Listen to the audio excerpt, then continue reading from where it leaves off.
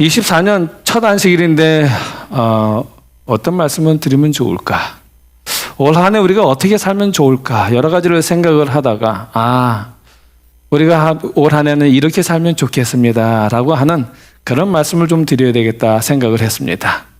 그리고 그 말씀의 제목을 광야는 내게 축복이었다 라는 그런 말씀의 제목으로 여러분들과 함께 말씀을 나누겠습니다. 오늘 본문의 말씀은 마태복음 4장 1절로 4절입니다. 마태복음 4장 1절로 4절입니다. 그때에 예수께서 성령에게 이끌리어 마귀에게 시험을 받으러 광야로 가사 40일을 밤낮으로 금식하신 후에 줄이신지라. 시험하는 자가 예수께 나아가서 가로되 내가 만일 하나님의 아들이여든 명하여 이 돌들이 떡덩이가 되게 하라. 예수께서 대답하여 가라사대 기록되었을 때 사람이 떡으로만 살 것이 아니요 하나님의 입으로 나오는 모든 말씀으로 살 것이라 하였느니라. 아멘. 자, 여러분 그림을 하나 좀 보여드리겠습니다. 여러분 이 그림을 보면 미운 오리 새끼, 여러분 미운 오리 새끼 아십니까? 그리고 눈의 영을 아십니까? 혹시 여러분 성냥팔이 소녀를 아시나요? 그리고 인어공주는요? 다 아실 겁니다. 너무나 잘 알고 친숙한, 그렇죠? 유명한 작품입니다. 근데 여러분 이 작품들의 공통점이 뭔지 아십니까? 이 작품들의 공통점이 두 가지가 있어요. 첫 번째 공통점은 뭐냐 하면 작가가 한 사람이에요. 작가가 한 사람입니다. 우리가 잘 아는 안데르센입니다. 안데르센의 작품이에요. 그 다음에 두 번째는 뭐냐면 이 모든 작품의 기초가 그 바탕이 저자의 역경이었다는 것입니다. 그래서 이 저자는 뭐라고 말했냐면 나의 역경은 정말 축복이었다라고 말을 합니다. 그는 뭐라고 말했냐면요, 가난했기 때문에 성냥팔이 소녀를 쓸 수가 있었고 못생겼다고 놀림을 받았기에 미운 오리 새끼를 쓸 수가 있었다라고 그렇게 고백을 했습니다. 정말 그는 지독하게 가난한 구두 수송공의 아들로 태어났습니다. 그의 아버지는 나폴레옹과의 전쟁에 참전하고 돌아온 후에 신경쇠약증에 걸려서 서리가 내리던 밤에 숨을 거두었어요. 그리고 그의 어머니는 그 어린 안데르센에게 뭐라고 말했냐면 눈의 요정이 아버지를 데려갔다라고 이렇게 말을 했어요. 훗날 안데르센은 인생을 살면서 보니까 마치 인생이 추운 겨울과 같다라고 느낀 거예요. 그래서 추운 겨울과 같은 인생을 표현하고자 쓴 것이 뭐냐 하면 그것이 바로 눈의 여왕입니다. 그리고 그의 어머니는 거지 생활을 하다가 정신병원에서 숨을 거두었어요. 이렇게 부모님이 다 돌아가신 이후에 구두 만드는 할아버지께서 인형과 동물을 만들어서요, 마을을 돌아다니면서 구걸하다시피 해서 그것을 팔아서 생계를 이어갔습니다. 그리고 안데르센은 학교를 제대로 마치지도 못하였고요, 또 스스로 못생겼다고 하는 외모 컴플렉스가 너무 심했어요.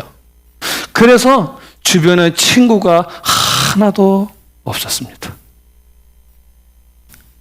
이러한 집안의 유전을 이어받은 안데르센은 여성의 관심이 컸음에도 불구하고 단 한 번의 사랑도 이루지 못했습니다. 14세가 되었을 때에 배우가 되겠다고 결심하고 고향을 떠나 코펜하겐으로 갔는데 배우가 되기에는 몸이 좀 둔하고 발음이 어눌했습니다. 게다가 춤도 출 줄 모르고 노래도 할 줄 잘 몰라서 결국 그는 실패하게 되었지요. 그래서 심한 좌절감을 경험하게 되고 자살의 충동을 느끼는 극심한 고통을 그는 겪게 됩니다. 그러다 이제 그는 다 실패하고 마지막으로 자기가 어릴 적 하고 싶었던 글을 쓰기 시작합니다. 그런데 교육을 제대로 받아본 적이 없어서 띄어쓰기가 맞춤법이 엉망인 거예요. 그 글을 써서 가져가도 출판사에서 아무 데서도 받아주지를 않는 것입니다. 그래서 그가 하는 수 없이 그가 찾은 것이 뭐냐면 아무도 관심을 갖지 아니하는 동화를 쓰기 시작한 것입니다. 그런데 그 동화를 쓰기 시작했는데 그 동화를 쓰게 된 그 바탕이 뭐냐면 자신이 지금까지 살아왔던 인생의 쓰라림과 아픔, 그 모든 아픔의 경험이 그 글의 바탕이 되기 시작한 것입니다. 가난한 환경에서 온갖 학대를 받았던 경험이 성냥팔이 소녀를 쓰는 바탕이 되었습니다. 특히 추운 겨울에 구걸하며 굶어 죽지 않으려고 발버둥 치던 그 어머니가 그 성냥팔이 소녀의 기본 바탕이 되었어요. 어린 시절에 구걸할 만큼 너무나 가난해서 너무나 추워서 그 엄마가 이렇게 말을 했다 그래요. 성냥개비 하나라도 피우면 좋겠다. 성냥개비 하나라도 피우면 좋겠다. 그 어머니의 말이 그 이야기의 바탕이 되어서 성냥팔이 소녀를 만들게 된 것입니다. 그리고 외모 컴플렉스 때문인지 그가 여성에 관심이 없었던 것인지는 모르지만 여성들에게 여러 차례 고백을 했다 그래요. 그런데 한 번도 성공하지 못하고 다 거절을 당하자 평생 상처를 가지고 살면서 독신으로 살다가 결국 숨을 거두었습니다. 이러한 고통은 자신의 목숨까지 바치며 왕자를 찾아가지만 버림받아 죽는 인어공주를 쓰게 된 계기가 되었다는 것입니다. 이처럼 그의 작품은 어려운 삶을 기반으로 하고 있습니다. 그렇습니다. 그의 광야 같은 이 역경은 많은 이들이 보고 읽음을 통하여 꿈과 희망을 소망하는 축복의 동화가 된 것입니다. 우리는 흔히 말합니다. 뭐라고 말하냐면 인생은 뭐 같다고요? 광야 같다라고 말합니다. 우리 노래도 있잖아요. 광야 같은 세상 주만 의지하며 주의 인도하심 날 강건케 하시며 주의 사랑 안에서 살게 하소서 주만 의지하리 영원토록. 이 광야는 성경에서 아주 의미심장한 곳입니다. 오늘 본문의 말씀 마태복음 4장 1절에도 보면 이렇게 얘기합니다. 그때에 예수께서 성령에게 이끌려 마귀에게 시험을 받으러 광야로 가사. 여러분, 예수님께서 시험을 받으려고 광야로 가셨을까요?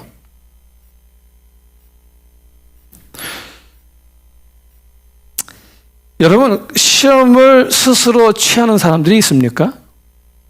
시험이 도움이 되는 건 맞지만 시험은 스스로 취할 만큼 좋은 건 아니에요. 피하고 싶지요.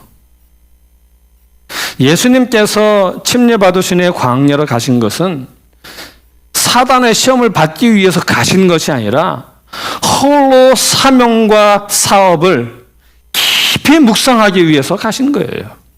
당신이 맡으신 사명과 그리고 그 사업을 묵상하기 위해서 가신 거예요.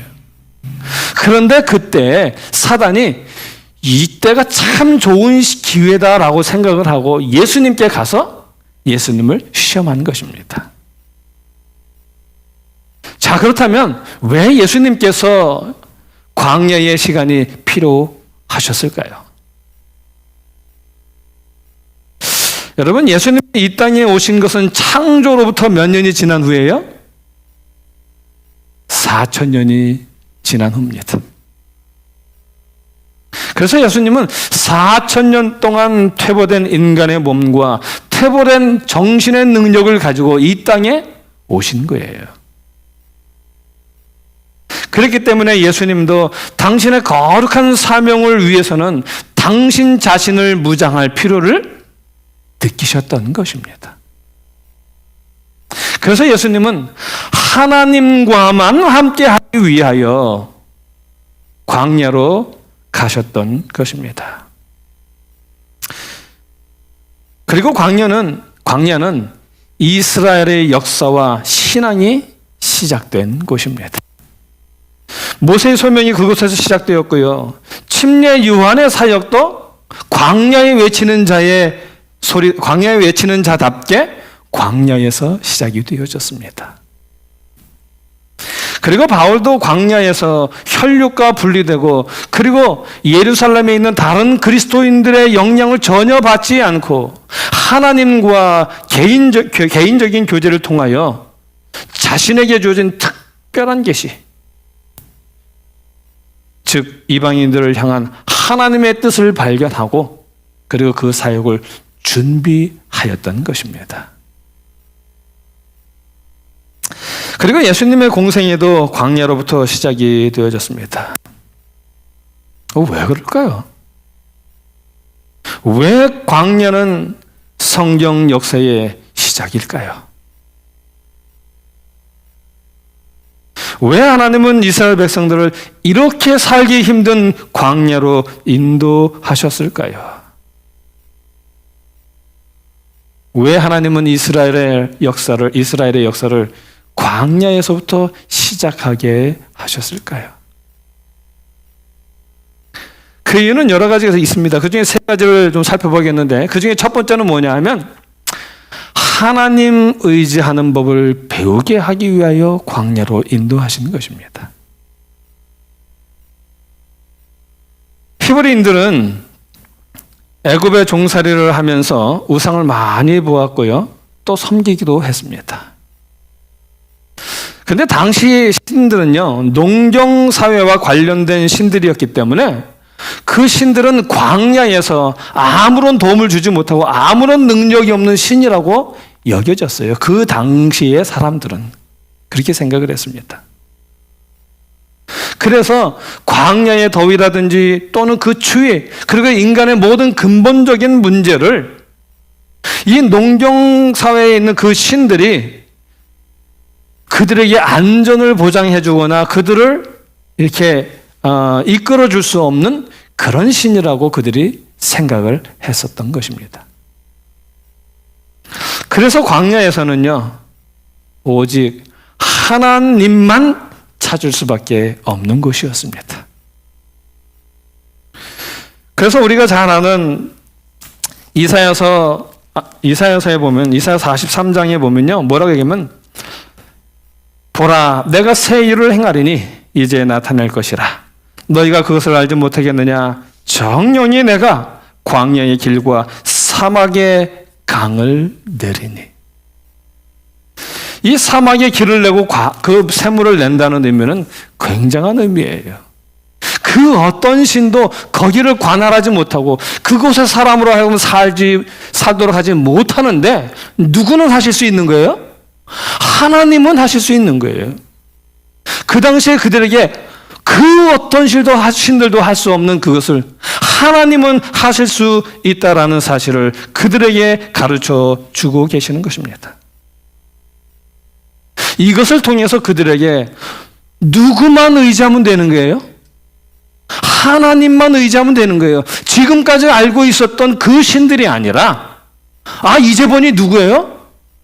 이 광야에서도 길을 내시고 이 광야에서도 샘물을 주시는 하나님만 섬기면 되겠구나라는 사실을 그들에게 가르쳐 주려 하셨던 것입니다. 모세도 우리가 잘 아는 것처럼 하나님의 부르심을 받아 이스라엘 백성들을 애굽에서 인도하여 내기 전에 미디안 광야에서 몇 년 동안 교육을 받아야 했습니까? 40년 동안 교육을 받아야 했습니다. 무슨 교육이요? 하나님만 의지하는 교육을 받았다는 것입니다. 그 교육의 결과가 자기가 들고 있었던 지팡이 하나만 들고 갔던 것이죠. 이처럼 광야는 하나님을 의지하는 법을 배우는 학교였습니다. 그러므로 오늘 우리가 꼭 배워야 할 것이 있다면 무엇이겠습니까? 하나님만 의지하는 법을 배우는 것입니다. 다 필요 없습니다. 하나님만 배우는 것을 배우면 됩니다. 올 한 해 우리 모두에게 정말 하나님만 의지하는 법을 배우는 아름다운 복된 한 해가 되기를 간절히 바랍니다. 그 다음에 두 번째 광야는 사람들이 묵상하고 기도하는 곳입니다. 이 히브리 말로 광야는 뭐냐면 미드바르예요. 미드바르인데 미드바르는 두 단어에 합성된 말입니다.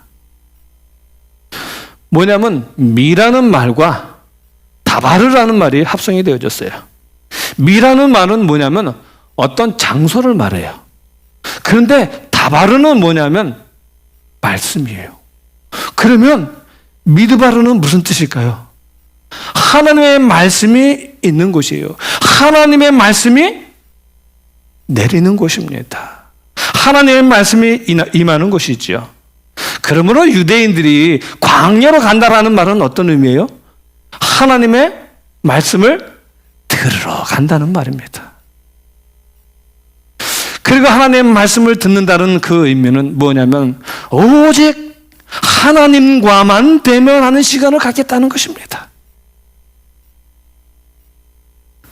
그리고 하나님과만 시간을 보내겠다는 것이죠. 그 시간 동안 온전한 마음으로 하나님께만 기도하고 하나님의 말씀을 묵상하겠다는 것입니다. 히브리서 11장 38절에도 보면 무슨 말씀이 있냐면 저희가 광야와 산중과 아멸과 토굴에 유리하였느니라. 말씀을 지키기 위하여 그들의 핍박을 피해서 도망도 갔지만 그러나 그들에게 하나님 만나는 일이 더 중요하기 때문에 하나님께 기도하는 일이 더 중요하기 때문에 하나님의 말씀을 묵상하는 일이 더 중요하기 때문에 그곳에 있었다라는 말입니다. 예수님도 요한에게 침례받으시고 구속의 역사를 위해 광야로 나가서 40일 금식하셨습니다. 이처럼 광야는 하나님의 자녀가 기도하는 것입니다. 광야는 하나님의 백성들로 하여금 오직 하나님만 의지하도록 연단받는 학교였습니다. 그리고 광야는 하나님의 능력을 신뢰하는 수련의 장소였고요. 그리고 광야는 하나님의 사람들이 외롭게 찾아가 묵상하며 기도하던 곳입니다. 새해를 맞는 우리도 새로운 믿음의 시작을 위해서 광야를 경험하는 한 해가 되면 좋겠습니다. 광야에서 예수님은 40일을 밤낮으로 기도하셨지요. 성경에서 40이라는 말은 사람을 떠나서 하나님과만 함께 한다는 의미입니다. 우리가 잘 아는 것처럼 홍수 때에 그렇죠? 땅이 열리고 샘물이 터지고 하늘의 창이 열리고 비가 얼마 동안요? 40주야를 내렸습니다. 하나님께서 노아의 방주를 그 홍수로 붙들어 주신 상징적인 그 날짜입니다. 숫자입니다. 또 이스라엘 백성들은 광야에서 몇 년을 방황했습니까? 40년을 방황했습니다. 또 모세는 시내산에서 하나님과 40일을 보냈어요. 엘리야도 이세벨의 위협을 피해서 광야에서 방황하며 오직 하나님이 먹여주시는 그 은총을 경험했는데 그것도 며칠이에요? 40일입니다. 40일. 그리고 우리가 잘 아는 것처럼 예수님도 광야에서 홀로 하나님과 함께 하셨는데 며칠이요? 40일입니다. 그래서 40이라는 숫자는 하나님과만 함께하는 숫자예요. 그래서 광야로 간다는 말은 오직 하나님과만 함께하는 시간을 갖겠다는 것입니다. 올 한 해는 예수님과 호흡하고 나의 시간과 나의 생각을 하나님께만 고정하는 그런 아름다운 한 해가 되면 좋겠습니다. 기도하는 법을 배우는 그런 한 해, 그리고 묵상하는 것을 배울 줄 아는 한 해, 그리고 하나님과만 함께하는 아름다운 귀한 2024년이 되기를 간절히 바랍니다. 그 다음에 세 번째, 광야는 말씀으로 승리하는 법을 배우는 곳입니다. 예수님께서 40일 금식하며 기도하실 때 사단이 다가와서 예수님에게 뭐라고 말했습니까? 내가 만일 하나님의 아들이어든, 여러 가지가 있죠. 떡 이야기도 있고 뛰어내리려고, 그렇죠? 예. 그래서 오늘 본문의 말씀을 얘기하면 이 돌들로 뭐가 되게 하라고요? 떡이 되게 하라고 얘기합니다. 여기서 우리가 주목해야 될 말은 뭐냐면 내가 만일 하나님의 아들이거든요. 사단은 언제나 하나님의 말씀을 의심하게 만듭니다. 하나님의 말씀을 의지하지 못하게 만드는 거예요. 왜요? 우리가 하나님의 말씀을 의지하면 승리하니까요. 하나님의 말씀을 의지하지 못하게 해야 사단이 승리할 수 있거든요. 내가 만약 하나님의 아들이거든이라는 그 말의 의미는요, 내가 정말 하나님의 아들일진데 어떻게 하나님께서 너를 이렇게 대우하실 수 있니? 의심을 주는 거죠. 아니, 내가 하나님의 아들이라면 어떻게 이렇게 아들을 음식도 없고 물도 없고 친구도 없고 위로도 없는 이런 곳에 있게 하실 수 있느냐라고 하는 거예요. 그러면서 하는 말이, 내가 정말 하나님의 아들이라는 사실을 믿는다면 그러면 돌을 떡이 되게 해봐라. 내가 하나님의 아들인지 하면 증명해 봐라라고 하는 것이죠.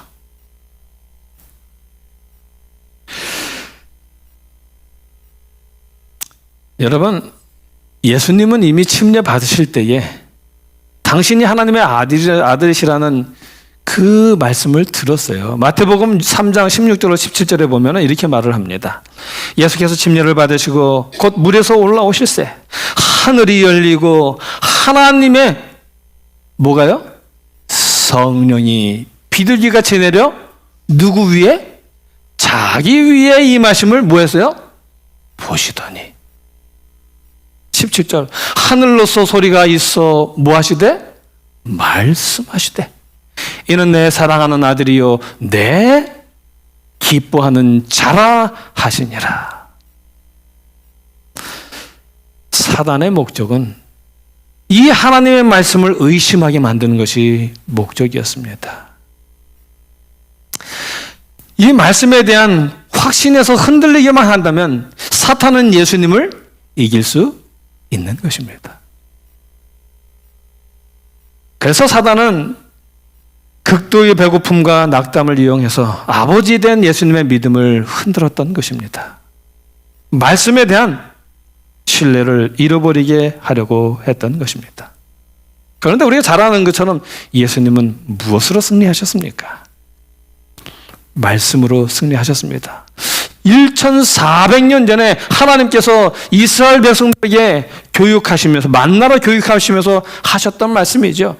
신명기 8장 3절에 보면 사람이 떡으로만 사는 것이 아니요 뭘로요? 하나님의 입으로 나오는 말씀으로 살 것이니라. 만나에 집중하던 그들에게 하나님은 뭐가 더 중요하다고 말씀하고 계시는 거였어요? 하나님의 말씀이 더 중요하다는 거예요. 하나님의 말씀이 공급하시는 것이지 이것이 너희를 살게 하는 것이 아니라는 것입니다.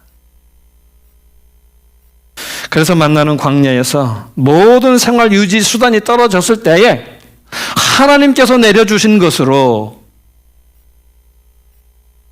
만나를 통하여 하나님을 신뢰하는 법을 배우게 하신 것처럼, 그래서 이 광야는 오직 하나님을 전적으로 신뢰하는 것을 배우도록 가르치는 것입니다. 우리가 예수님을 따르다 보면 난처한 입장에 처하게 되는 경우가 있습니다. 이렇게 저렇게 카멜레온처럼 해야 될 때가 있어요. 그런데 카멜레온으로 하는 것이 아니라 하나님의 말씀으로 살아가야 하는 것입니다. 여러분 기억하시기 바랍니다. 하나님은 믿어야 할 분이지 시험해야 할 분이 아님을 기억하시기 바랍니다. 절대적으로 신뢰하시라는 말이에요. 영국을 여행하는 한 나그네가 관광지로 유명한 어떤 해안지대를 방문하게 되었는데 그 바닷가에 갈매기 떼가 죽어 있는 것을 보게 되었습니다. 그리고 그 갈매기 떼를 치우는 사람들이 있었어요. 그래서 이 관광객이 그 사람에게 물었어요. 아니, 어떻게 이렇게 많은 갈매기 떼가 죽게 되었습니까? 그러자 청소부가 이렇게 말을 했어요. 여기는 관광지라 이 여름철이면 많은 사람들이 찾아옵니다. 찾아와서 그 관광객들이 갈매기들에게 먹을 걸 주는 거예요. 빵도 주고 과자도 주고 사탕도 주고. 그래서 이 갈매기들이 여름 내내 이렇게 먹여주는 것을 그 손바닥에 올라서 야금야금 먹다 보면 입맛이 달라진다는 거예요. 그 입맛이 달라져서 자기들에게 주어진 그 자연의 음식이 맛이 없어요. 먹지 않게 되는 거예요. 그래서 철이 바뀌면 어떻게 해야 돼요? 날아가야죠. 날아가야 됩니다. 그런데 이 갈매기가 어떻게 해요? 갈 생각을 안 해요. 여전히 거기서 관광객이 주는 것을 먹으려고 하는 거예요. 그런데 겨울철이 되면 관광객이 끊어져요. 그래서 그들이 결국은 그렇게 떼죽음을 당하고 만 것입니다. 그렇습니다. 갈매기는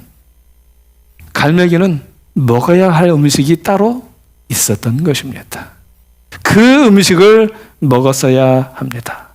그리고 갈매기는 때가 되면 가야 할 곳이 있었던 것입니다. 여러분, 오늘 우리에게도 먹어야 할 음식이 있습니다.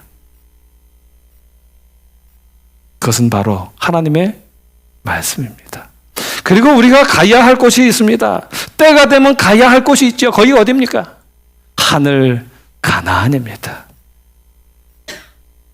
이제 저는 말씀을 마치며 올 한 해가 저와 여러분에게 그 가나안 입성을 위해서 준비하는 광야의 생애가 되기를 간절히 바랍니다.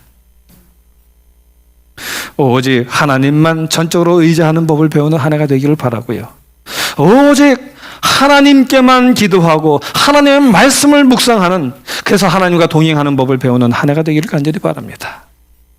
그리고 오직 말씀으로 승리하는 법을 배우는 아름다운 복된 한 해가 되시기를 간절히 바라면서 오늘의 말씀을 줄이겠습니다.